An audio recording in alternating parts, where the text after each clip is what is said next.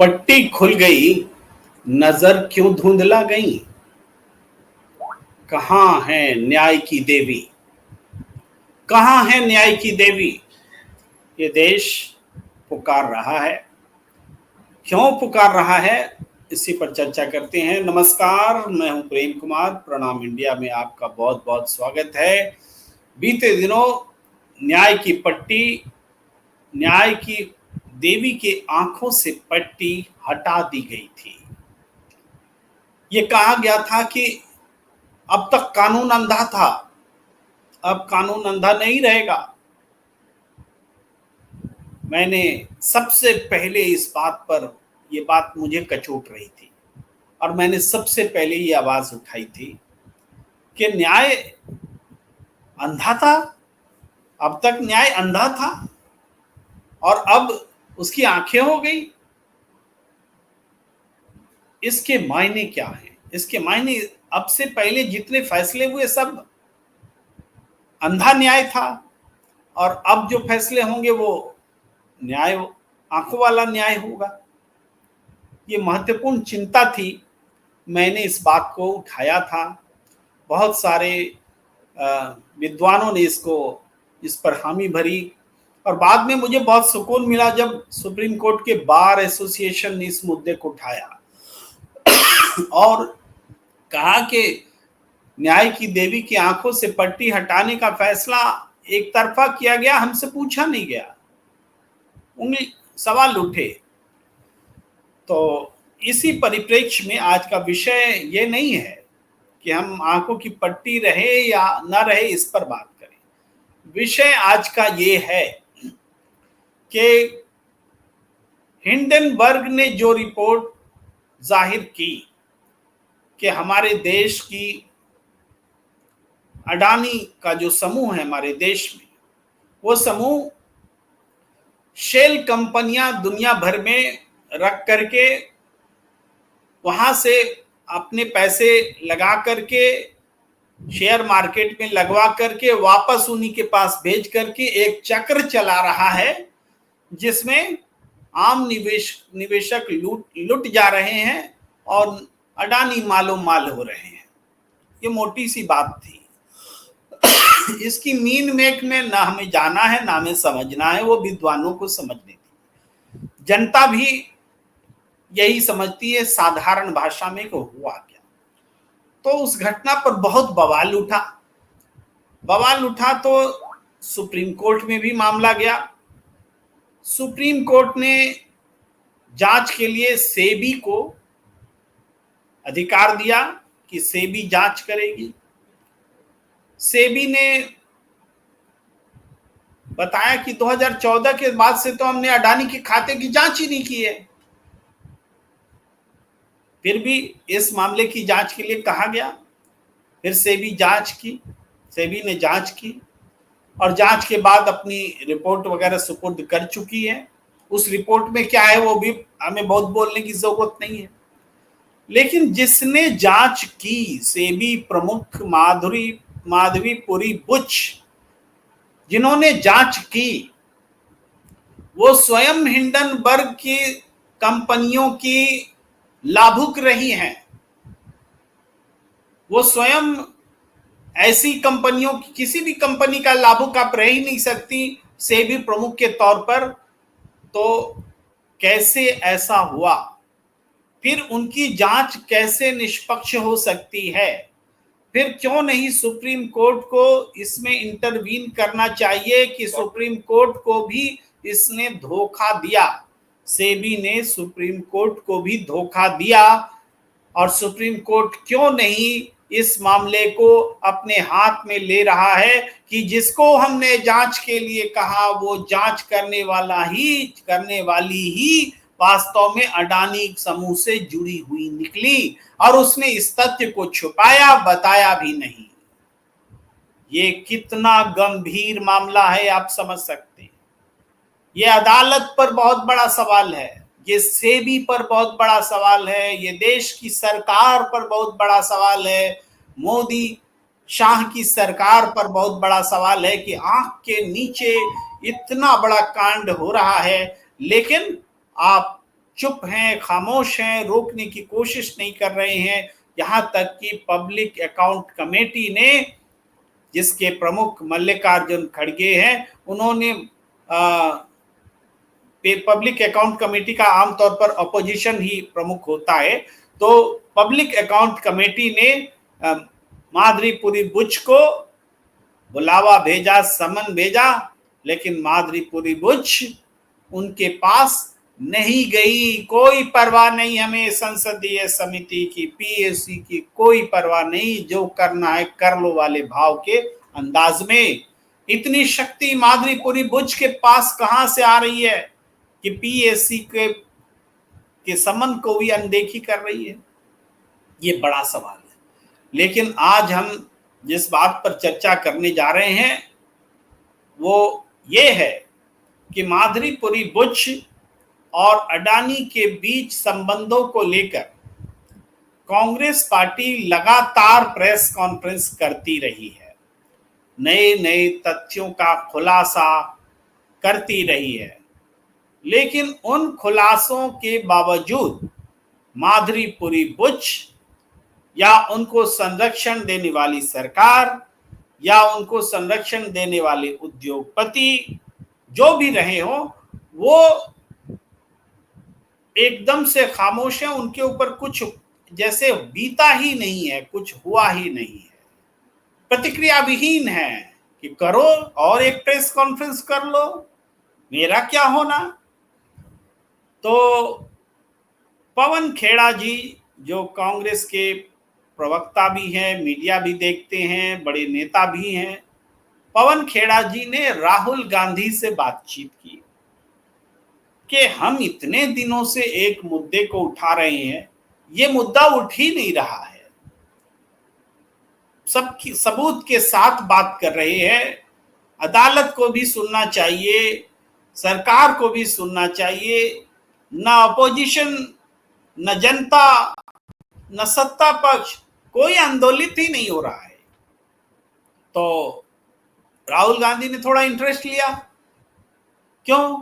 ऐसा क्यों होगा कि आप बोलेंगे तो मुद्दा नहीं होगा और मैं बोलूंगा तो मुद्दा हो जाएगा? तो पवन खेड़ा जी ने कहा कि आपकी आवाज जनता की आवाज बन चुकी है, आप इसको अगर इस मुद्दे को उठाएंगे तो बहुत अच्छा रहेगा।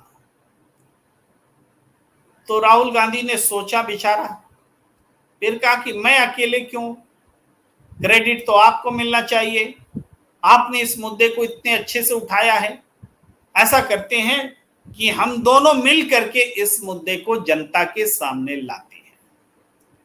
और उन्होंने इन मुद्दों को जनता के सामने लाने की पहल की। आज वो वीडियो भी आया, उससे पहले ट्वीट्स भी आए और तमाम चीजें हुई। मैं आपको सिलसिलेवार ढंग से चीजों को बताता हूं। इस बीच दर्शकों से इंतजार करने का आग्रह करता हूं कि आपकी तरफ रुख करूंगा, थोड़ा मामला समझा लेने दीजिए, समझ लाने दीजिए। ये पवन खेड़ा जी ने ट्वीट किया कि the government granted ₹1.85 crores to Predible Health Private Limited under the startup India initiative. इसका मतलब ये हुआ कि स्टार्टअप इंडिया का जो इनिशिएटिव है उसके तहत सरकार ने 1,85,00,000 रुपए प्रेडिबल हेल्थ प्राइवेट लिमिटेड को के लिए मंजूरी दी है। Interestingly, this is the same company where SEBI chairperson Madhuri Buch held equity stake. दिलचस्प बात यह है कि ये वही कंपनी है जिसने सेबी की चेयरपर्सन माधवीपुरी बुच इक्विटी है के शेयर हैं। This is not mayor coincidence, it's a clear case of institutional capture and misuse of taxpayer money. ये केवल संयोग नहीं है, ये स्पष्ट उदाहरण है कि कैसे इंस्टीट्यूशन को कैप्चर किया जाता है और उसका मिसयूज किया जाता है, टैक्स पेयर के मनी को बर्बाद किया जाता है। What else will be uncovered if we dig deeper into this company's history? अगर इस कंपनी के इतिहास में हम जाएं तो क्या कुछ नहीं निकल सकता है। Watch episode 2 on Rahul Gandhi YouTube. Rahul Gandhi के यूट्यूब पर दूसरा एपिसोड देखिए। ये पवन खेड़ा ने बताया। अब जो पवन खेड़ा ने बताया उसमें एक बात समझ में आ रही है कि माधुरीपुरी बुच सेबी की चेयरमैन, वो जिस कंपनी में, जिस स्टार्टअप में उनका शेयर है, उस स्टार्टअप को सरकार 1,85,00,000 रुपए दे रही है। यानी एक और खुलासा है ये।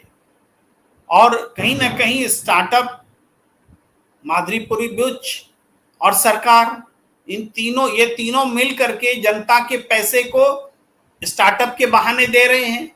उस पैसा में, उसमें शेयर माधुरीपुरी बुच लगा रही है और सब मिल करके लूट की कमाई कर रहे हैं, जनता का पैसा बर्बाद हो रहा है। ये इसका मतलब होता है। फिर राहुल गांधी भी ट्वीट करते हैं, वो भी हम आपको दिखाते हैं।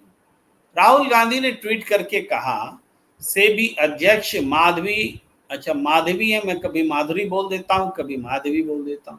माधवी बुच आईसीआईसीआई से किस बात के पैसे ले रही थी? अध्यक्ष रहते हुए अनलिस्टेड कंपनीज में शेयर कैसे रख सकती थी? उस कंपनी को स्टार्टअप इंडिया के करोड़ों रुपए क्यों मिले? सरकार किस डर से इस पर कार्रवाई नहीं कर रही? साफ है, बुच अडानी के पैसे, उनकी वैल्यूएशन और रेपुटेशन की रक्षा कर रही है, मगर बुच को कौन और क्यों बचा रहा है? एजेंसियों ने जांच नहीं की, मीडिया ने सवाल नहीं किया, सरकार ने कार्रवाई नहीं की। हमने जांच भी की है, सवाल भी कर रहे हैं और वक्त आने पर कार्रवाई भी होगी, ये राहुल गांधी कह रहे हैं। लेकिन अब हम आपको एक छोटा सा वो भी यूट्यूब का हिस्सा भी सुनाना चाहते हैं जिसमें पवन खेड़ा और राहुल गांधी बात कर रहे हैं, वो सुनिए। अंडर मेंबर इस माधवी बुच स्टार्टअप से पैसा लेती हैं और 16 करोड़ आईसीआईसी से लेती थी एज सेबी चेयरपर्सन। सेबी से उनको 2.5 करोड़ साल का सैलरी मिलता था, आईसीआईसी से 16 करोड़ मिल रहा है। This after she left ICICI 10 years ago, और अभी तक गवर्नमेंट ने कुछ नहीं किया सर। वी वर एक्सपेक्टिंग कि कहीं कोई एक्शन लेंगे, कुछ नहीं सर। क्यों? Why do you think? I was in Mumbai sir. वहां जो सुना, कॉर्पोरेट वर्ल्ड में ये बात बहुत चल रही है कि she is blackmailing the government, she is blackmailing the prime minister, कि if I go down I take you down. It's not her, been talking about, it's somebody else behind her. इसके पीछे मतलब कोई और फोर्सेस हैं। बिल्कुल। और आप जो शुरू से एक मुद्दा उठा के चल रहे हो सर, ये सारा उस मुद्दे पर ले जा रहा है sir. Adani, Hindenburg. I will show you how sir, if you permit me for a minute. आप सुन रहे थे कि दोनों की बातचीत का एक टुकड़ा है जिसमें ये बात सामने आ रही है कि माधवीपुरी बुच को बचाया जा रहा है। माधवीपुरी बुच ब्लैकमेल कर रही है, तो ब्लैकमेल अकेली कोई कैसे कर सकती? उनके पीछे कोई शक्ति है, तो वो कौन सी शक्ति है? ये सारी बातें समझने के लिए एक और वीडियो देखना पड़ेगा जिसमें कि राहुल गांधी और पवन खेड़ा आपस में बात कर रहे हैं। ये सुन लीजिए थोड़ा धीरज रख करके, उसके बाद हम इसकी मीन में व्याख्या जो है करेंगे। चल रही है कि she is blackmailing the government, she is blackmailing the prime minister, And so she is basically protecting him and protecting his valuation and his reputation.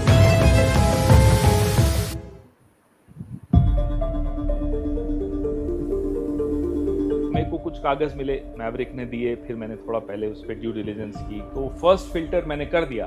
Then once I was convinced I went to RG and I told him कि साहब ये कागज हैं। There is a whistle blower who has given me more information how she was dealing in shares of unlisted companies as chairperson of SEBI, which is bizarre. आपने एक बार सवाल पूछा था सर 2 साल पहले या 1 साल पहले पार्लियामेंट में कि स्टार्टअप में गवर्नमेंट ने किस किस को फंड दिए, कंपनीज को, उसमें एक company Predible health private limited, I am just giving you one example. Predible health को गवर्नमेंट पैसा देती है स्टार्टअप फंड से, और प्रेडिबल की founder member is Madhabi Buch, startup से पैसा लेती हैं, और 16 करोड़ आईसीआईसी से लेती थी as SEBI chairperson, as member. SEBI से उनको 2.5 करोड़ साल का सैलरी मिलता था, आईसीआईसी से 16 करोड़ रुपए। This after she left ICICI 10 years ago।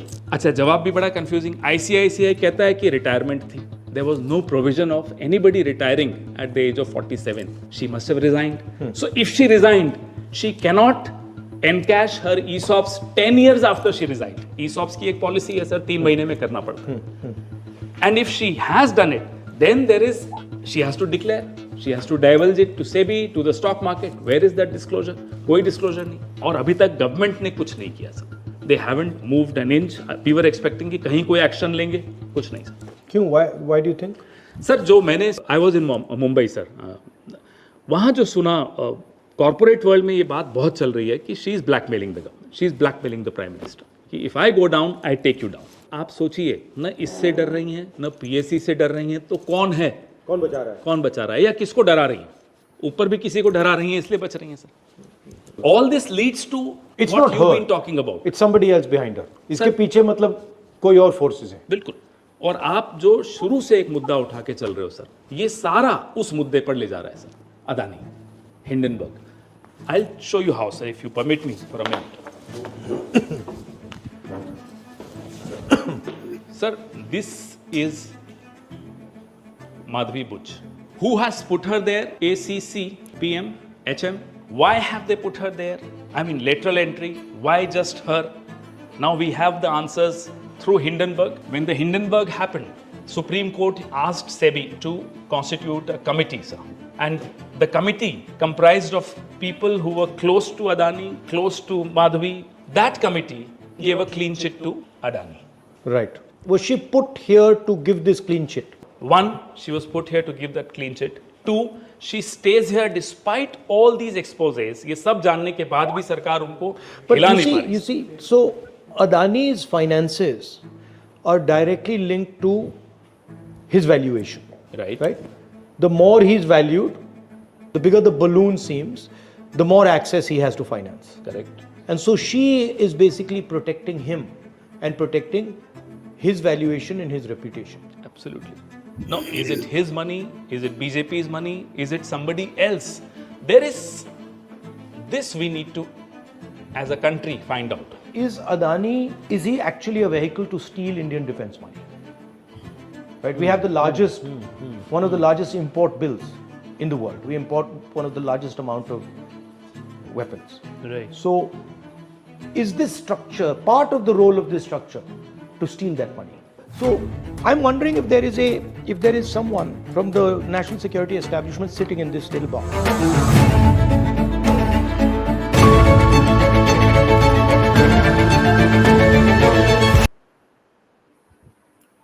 तो इस नोट पर यह बातचीत खत्म होती है कि इस पूरे मामले में कोई राष्ट्रीय सुरक्षा से जुड़ा हुआ व्यक्ति तो नहीं शामिल है। इस नोट पर यह बातचीत खत्म होती है। बहुत सारे क्वेरीज राहुल गांधी करते हैं और पवन खेड़ा जवाब देते हैं, लेकिन देखिए बात तो आपने भी सुनी, और मोटे तौर पर एक बात जो ये क्यों बनाना पड़ा, ये वीडियो क्यों बनाना पड़ा राहुल गांधी और पवन खेड़ा जी का कहना है कि हमारी बात आगे बढ़ नहीं रही थी, जनता के बीच नहीं जा रही थी। तो जनता के बीच नहीं जा रही थी, क्यों नहीं जा रही थी? राहुल गांधी इस बात को उठाएंगे तो जाएगी। इसी कॉन्सेप्ट के साथ ये बात आई, तो ये बात क्यों नहीं जनता के बीच जा रही? मैं जो समझता हूं कि केस जो कॉम्प्लिकेटेड केस बना करके जब बात हम रखते हैं, इसको जो बाजार को समझता है, जो शेयर मार्केट को समझता है, जो कानून को समझता है, जो तकनीकी बातों को समझता है, वही इस पर ध्यान देगा।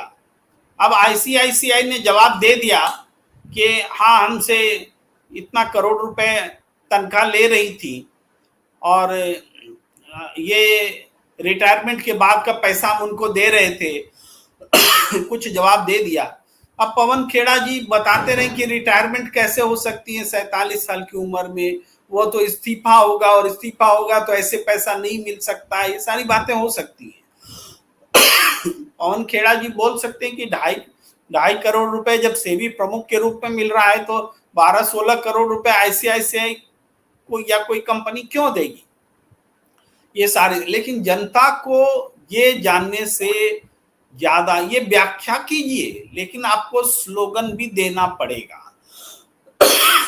ये स्लोगन क्या हो सकते हैं, कैसे हो सकते हैं, इस पर भी काम करने की जरूरत है। स्लोगन नहीं रहेगा तो जनता स्लोगन से ही बातें समझती है, स्लोगन में ही पूरी थ्योरी आ जानी चाहिए। ये बात जब तक नहीं होगी तब तक वीडियो बनाने से भी सारे लोग वीडियो देख के समझ जाएंगे, ये आप उम्मीद नहीं कर सकते।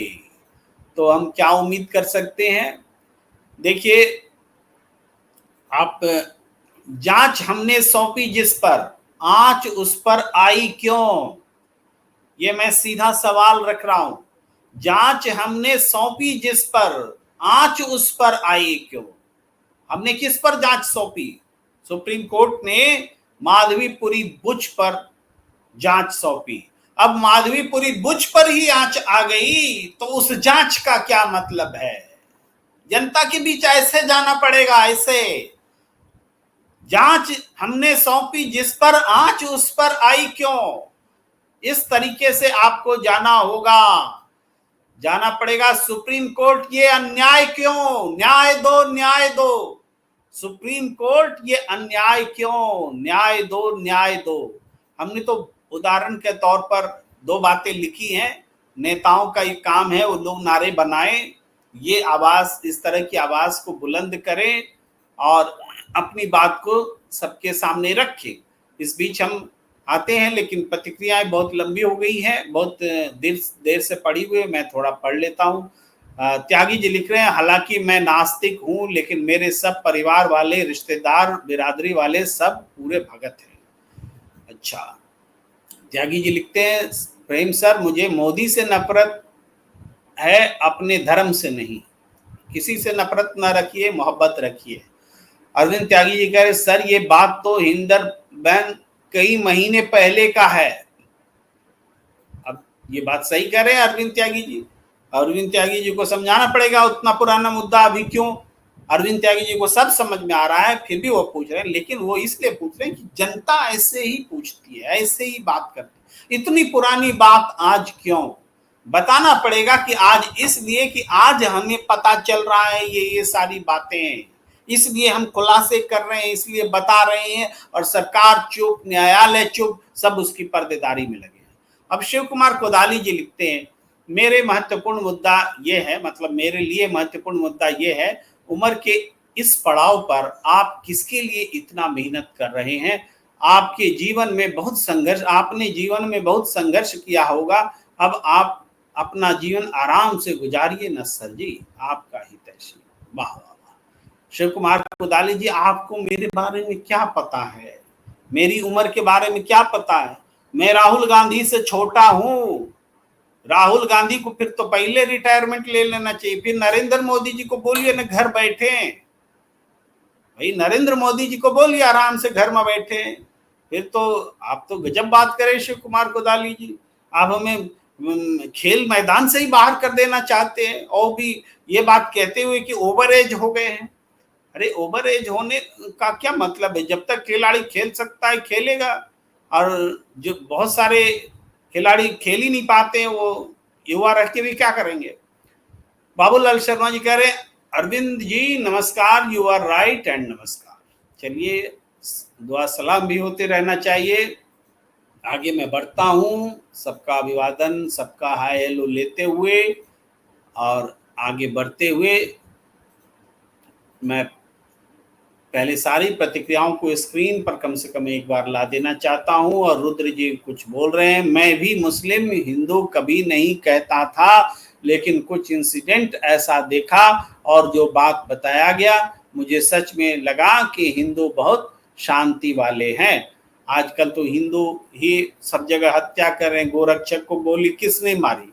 शांति वाले तो हिंदू रहे हैं, लेकिन आज नहीं रह जाएं इसके लिए कुछ ताकतें सक्रिय हैं। ये बोल के कि हम शांति प्रिय हैं, अशांति फैला रहे हैं, इसी बात को हम समझाने का प्रयास करते हैं। हम शांति प्रिय हैं, हमारा अतीत, हमारा संस्कार, हमारा व्यवहार सब शांति को प्रिय है, लेकिन हम उस शांति को, उस अपने गुण को खत्म न करें, इसकी चिंता करें कि हम इसको खत्म कर दें, फिर बात क्यों बोल रहे हैं शांति की, ये हमारी चिंता होती है। अरविंद जी कहते हैं, रुद्रा भाई मैं हिंदू नहीं, गन मास्टर, लेकिन मैं आईडी इसलिए बदली मेरे दोस्तों को एकदम से बुरा ना लगे।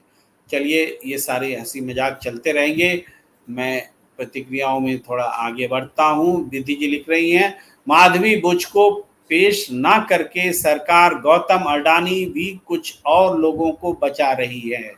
बिल्कुल, जब जांच होगी सही मायने में तो बहुत सारे नाम सामने आएंगे और गौतम अडानी तक नाम न जाए, क्योंकि माधवीपुरी बुच का सीधे तौर पर गौतम अडानी की पर जो दाग लगे थे उनकी कंपनियों पर, उसकी जांच से संबंध है और उस जांच पर आंच आई है, क्योंकि इन्होंने बहुत सारी बातें छिपाई हैं। इनका संबंध रहा है अडानी ग्रुप के कंपनियों से, ये बात सामने आ चुकी है। माधवी बुच के अगेंस्ट एक्शन गवर्नमेंट को लेना है, बट गवर्नमेंट कोई एक्शन नहीं लेगी एंड कोई एक्सपेक्टेशन भी मत रखना। रुद्रा लिख रहे हैं, त्यागी जी बातचीत रहने दीजिए, मैं आगे बढ़ता हूँ। विधि जी लिख रहे हैं, everything is online, there is no chance that Madhavi can destroy an evidence to take more time. बिल्कुल सही बात है, जब भी जांच होगी फंसना तय है। अरविंद त्यागी जी भी कमेंट कर रहे हैं। डॉक्टर विजय राम जी लिख रहे हैं, प्रेम कुमार जी आपकी हितैषी उम्र का हवाला देकर कुछ कह रहे हैं, तो साहब इस उम्र में इतना उगाही किसके लिए कर रहे हैं? अच्छा, उगाही, ये तो मैं उगाही कर रहा हूँ या किसी और के लिए बोल रहे हैं, पता नहीं।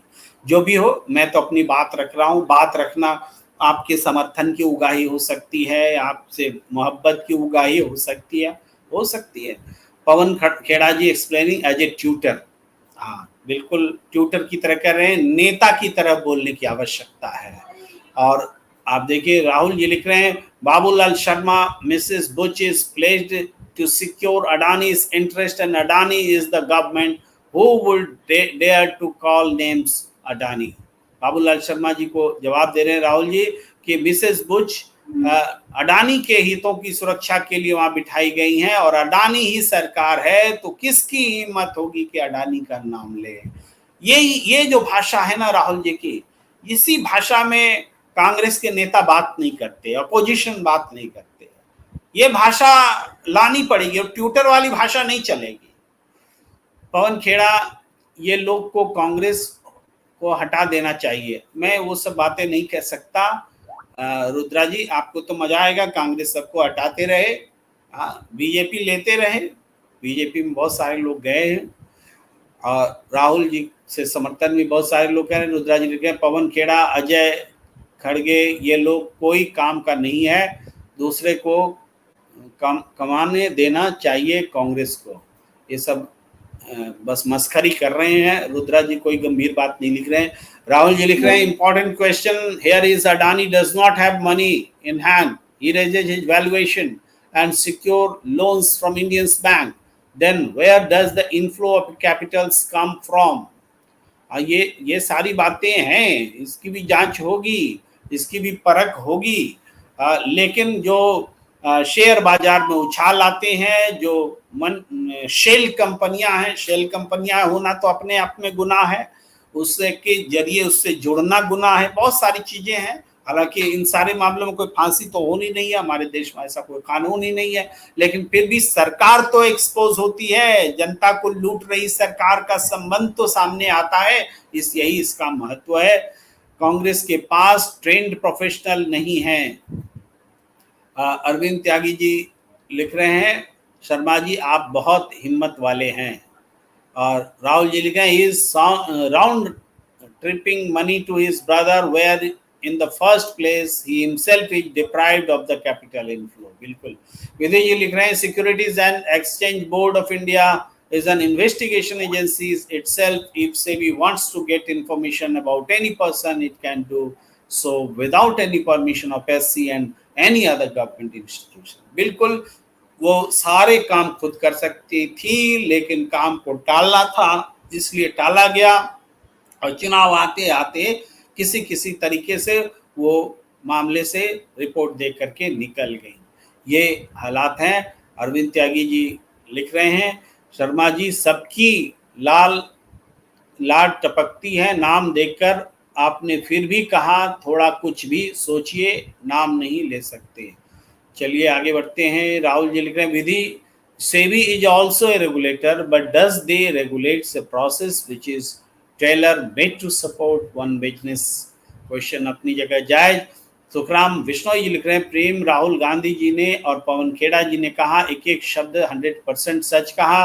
माधुरी जी का भ्रष्टाचार जनता के सामने लाना ही चाहिए। सबसे भ्रष्ट मोदी सरकार, देश की एक एक भ्रष्टाचारी मोदी जी के साथ। सुखराम बिश्नोई जी से मैं कतई असहमत नहीं हूँ। और इस तरीके से अब आगे हम बढ़ते हैं। छोटी छोटी प्रतिक्रियाओं को, कम गंभीर प्रतिक्रियाओं को थोड़ा सा इधर उधर करते हुए, I am suspecting they are round tripping BJP's चंदा money and converting it into legal tender for BJP। ये सारी चीजें भी हो सकती हैं, क्योंकि इलेक्टोरल बॉन्ड के मामले भी बहुत घपले हुए हैं, आप सब देख रहे हैं, जान रहे हैं। और राहुल जी लिख रहे हैं, that is the only case where the capture of Indian temples can be linked to this government. Temples are the best way of cash inflow in India. विधि जी को नमस्कार कह रहे हैं और आगे बढ़े। सुखराम विष्णु जी कह रहे हैं, प्रेम कुमार जी आपकी सच्ची और ईमानदारी की पत्रकारिता को सर्दी उठ, महंगाई, बेरोजगारी, भ्रष्टाचार से आज दीपावली का बाजार में रौनक नहीं है। जनता महंगाई से त्राही कर रही है। इन बार साहब एक शब्द, इस पर साहब एक शब्द नहीं बोलते। विधि जी लिख रहे हैं, द नागरिक पर आप अनब्लॉक नहीं हुए क्या? आपस में बातचीत है ये। मैं आगे बढ़ता हूँ। रुद्रा जी लिख रहे हैं, हुड्डा के कारण ही बीजेपी 4 सीट से 2004 में बहुमत में आ गई थी, लेकिन राहुल गांधी फिर हुड्डा को कमान दे दिए थे। आगे, सर पत्रकारिता का कलंक और गोदी मीडिया का क्या इलाज है?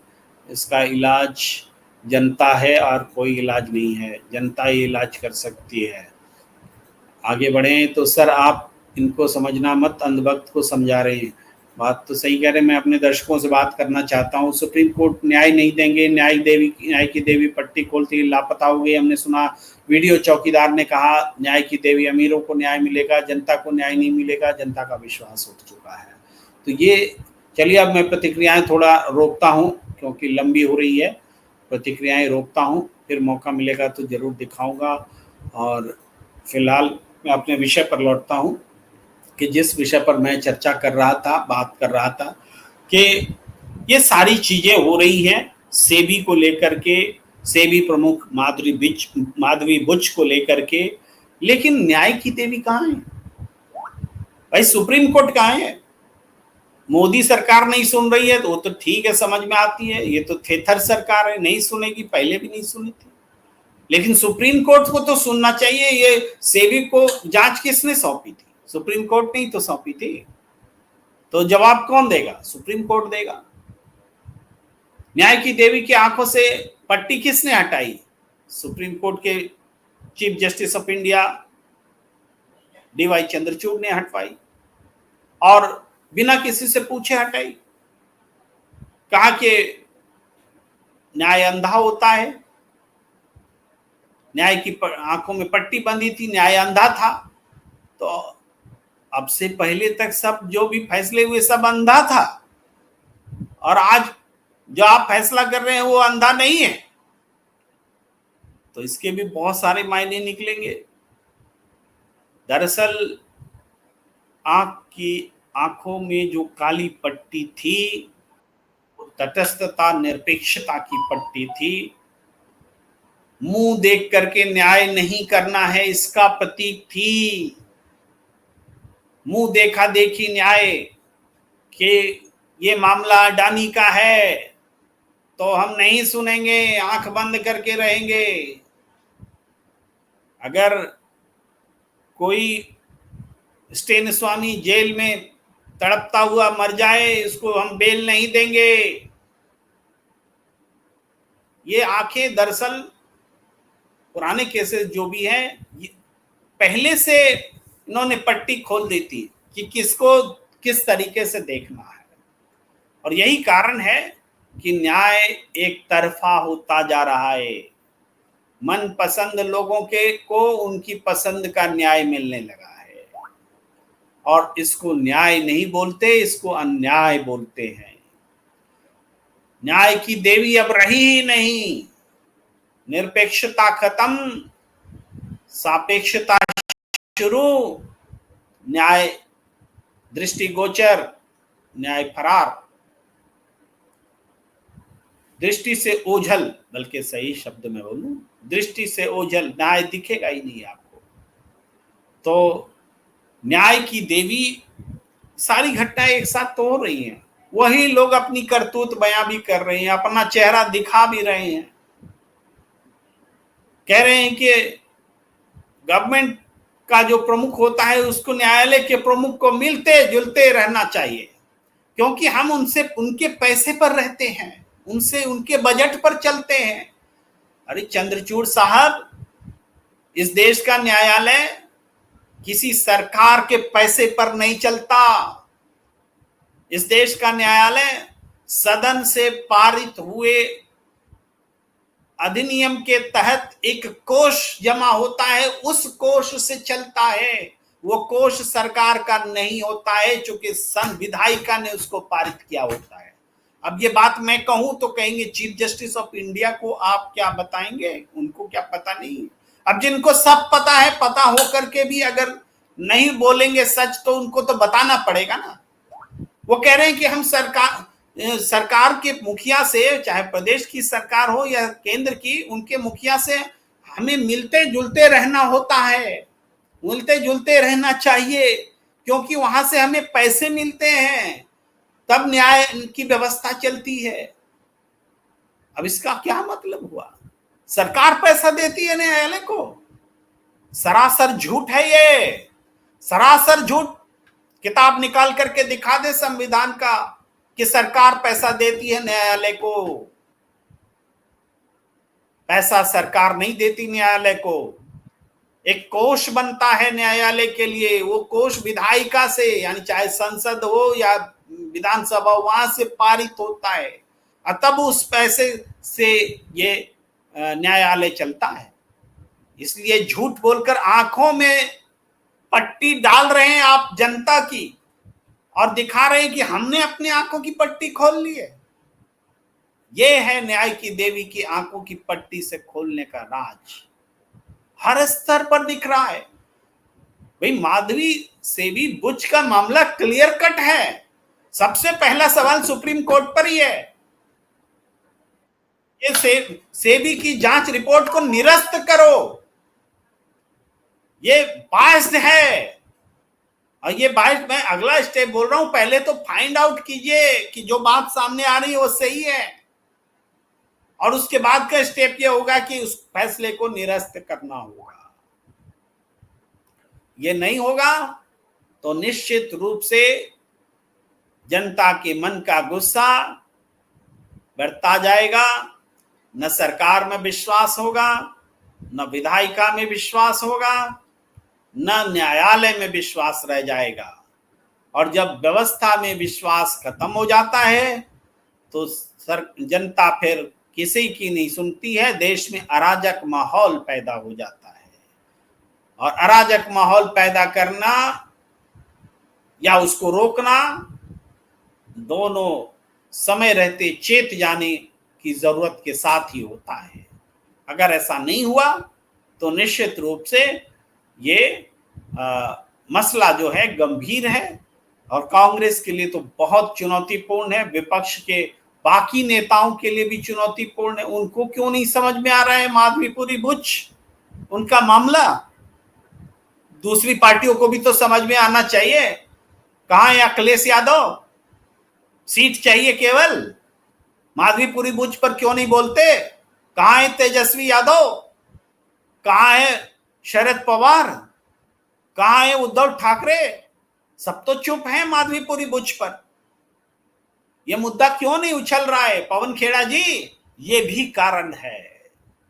ये मुद्दा इसलिए भी नहीं उछल रहा है क्योंकि सिर्फ पवन खेड़ा बोल रहे हैं, उनकी आवाज में कोई और साथ नहीं दे रहा। आज राहुल गांधी आए हैं, लेकिन राहुल गांधी की आवाज के साथ आवाज मिलाने के लिए इंडिया गठबंधन के नेता कहां हैं?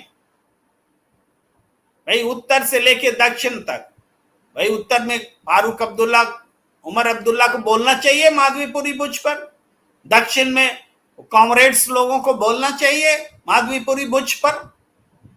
नहीं बोलेंगे। कांग्रेस बोल रही है, हम कैसे बोलेंगे? हम बोलेंगे तो कांग्रेस को फायदा हो जाएगा।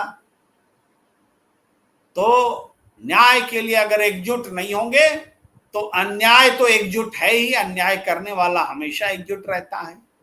उनका प्रतिकार करना है तो न्याय के लिए एकजुट होना पड़ेगा।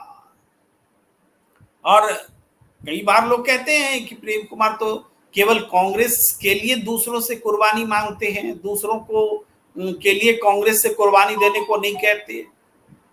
हम किसी से कोई कुर्बानी नहीं मांगते, मेरी किसी से कोई एसोसिएशन नहीं है, लेकिन जो भ्रष्टाचार हो रहा है उसको रोकने के लिए जो एजेंसियों का इस्तेमाल हो रहा है भ्रष्टाचार बढ़ाने के लिए, अपना कमाने के लिए और अपोजिशन को तोड़ने के लिए, लोकतंत्र को तबाह करने के लिए, इन सब कारणों से जो पूरा करप्शन का सिस्टम डेवलप हो रहा है, इसके खिलाफ जब हम बोलते हैं तो हम उसके साथ ही बोलेंगे जो इसके खिलाफ आवाज उठा रहा है। और इसके खिलाफ आवाज उठाते हुए हमें कांग्रेस के अलावा कोई दिखता ही नहीं, कोई नहीं दिखता।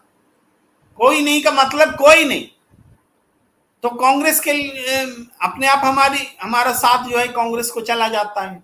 अगर दूसरा कोई साथ देने आए तो हम उनके लिए भी बोलेंगे, लेकिन नहीं, सबको केवल अपना अपना इलाका में सीट चाहिए, राजनीतिक वजूद चाहिए। भ्रष्टाचार के खिलाफ लड़ने की बारी आएगी तो घर में दुब के रहेंगे, नहीं लड़ेंगे। ईवीएम की लूट हो रही थी उत्तर प्रदेश में, बस एक दो बार बोल के छोड़ दिया, निकले भी नहीं लड़ने के लिए। हरियाणा में हो गया रिजल्ट तो भी सब लोग चुप बैठे हैं, किसी को गरज नहीं है लड़ने की। तो आप ईवीएम पे नहीं लड़ेंगे, आप इलेक्टोरल बॉन्ड पर नहीं लड़ेंगे, आप अडानी के भ्रष्टाचार पर नहीं लड़ेंगे, आप माधवीपुरी बुच पर नहीं लड़ेंगे, तो फिर क्या करेंगे? खाली मोदी के विरोध में, ऐसे ही मोदी के विरोध में जनता उतर जाएगी। जनता को समझाना पड़ेगा ना कि क्यों विरोध कर रहे हैं, और उस विरोध के लिए आप सामने ही नहीं आते हैं।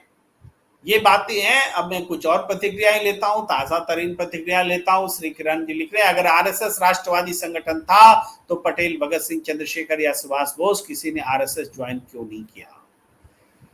मुझे पता है जगदीश टाइटलर, HKL भगत, सज्जन कुमार, कमलनाथ ETC आक्रोशित लोगों को लीड किया। अच्छा, किसी दूसरे संदर्भ में परस्पर बातें हो रही हैं तो मैं विषय से विषयांतर हो जाऊंगा।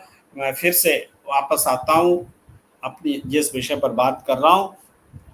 देखिए, रिटर्न हम उस सब्जेक्ट पर होते हैं कि जो माधवीपुरी बुच का मामला है, एक के बाद एक मामले जुड़ते जा रहे हैं। एक कॉन्फ्लिक्ट ऑफ इंटरेस्ट का मामला है कि जिस पद पर आप थी, उस पद पर रहते हुए जिस जांच में थी, वो जांच जिस विषय पर था, वो विषय से आप संबंधित थी, हितों का फायदा हो रहा था, लाभ हो रहा था, तो आपको वो केस देखना ही नहीं चाहिए था, जांच करनी ही नहीं चाहिए थी। और उस जांच में आपने बचाया है, पूरे अडानी समूह को बचाया है, इसलिए सवाल गहरा है। अगर आपने अडानी समूह को पकड़ करके लाया होता तब कहा जाता कि आपने हितों को नजरअंदाज करके, अपने हितों की तिलांजलि दे करके आपने एक काम किया है। आपने ऐसा किया नहीं। एक बात ये माधवीपुरी बुच से जुड़ी हुई है। दूसरी बात है कि इतनी बातें सामने आने के बावजूद सुप्रीम कोर्ट क्यों ठाठ से बैठा हुआ है? वो क्यों नहीं अपनी गलती मान रहा है? क्यों नहीं जांच फिर से या कोई समिति बना करके जांच कर रहा है?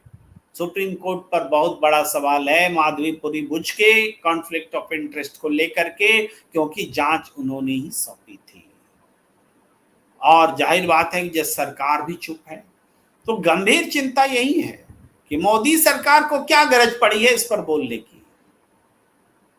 पीएसी पब्लिक अकाउंट कमेटी के पास माधवीपुरी बुच नहीं गई, क्या मतलब हुआ इसका? नहीं आऊंगी, जो करना कर लो। तो पीएससी की जो ताकत होगी उसके हिसाब से उसको करना चाहिए। अब मुझे ठीक ठीक आइडिया नहीं कि पीएससी को अरेस्ट करने की ताकत है भी कि नहीं है, जुडिशियल पावर मेरे ख्याल से नहीं है। तो फिर ऐसे पीएससी की जांच का मतलब भी नहीं होगा। पीएससी जांच भी नहीं कर रही है, वो तो समन करके पूछ रही है अपने अधिकार के हिसाब से। ऐसे में सरकार चुप, न्यायालय चुप, जांच करने वाली एजेंसियां चुप, तो विधायिका में जाहिर है कि बोलबाला है सरकार का, जिस वजह से सरकार है। तो ये जांच आगे बढ़ना मुश्किल दिखता है। ये जांच तभी बढ़ेगी जब जनता सड़क पर उतरेगी, जब सारा ऑपोजिशन एक होगा, जब जनता को साफ सुथरी जुबान में समझाया जाएगा कि एक बड़ा घोटाला हुआ है और उस घोटाले को इस तरीके से अंजाम दिया गया है कि जांच जिससे करवाओगे वो भी मेरा आदमी होगा, वो जांच जो रिपोर्ट होगी वो भी मेरे अनुकूल होगा, मेरा कोई कुछ बिगाड़ नहीं सकता। ये बातें जब जनता को समझ में आ जाएंगी तो जनता अपने आप आपके साथ खड़ी होगी। इस बातचीत पर को मैं यहीं पर विराम देना चाहता हूं, आप सबसे इस आग्रह के साथ कि आप जरूर अपने YouTube चैनल प्रणाम इंडिया को लाइक कीजिए, सब्सक्राइब कीजिए, शेयर कीजिए और ज्वाइन का बटन दबाइए। Like, subscribe, share and join us here eight प्रणाम इंडिया। और हमें दीजिए इजाजत। नमस्कार।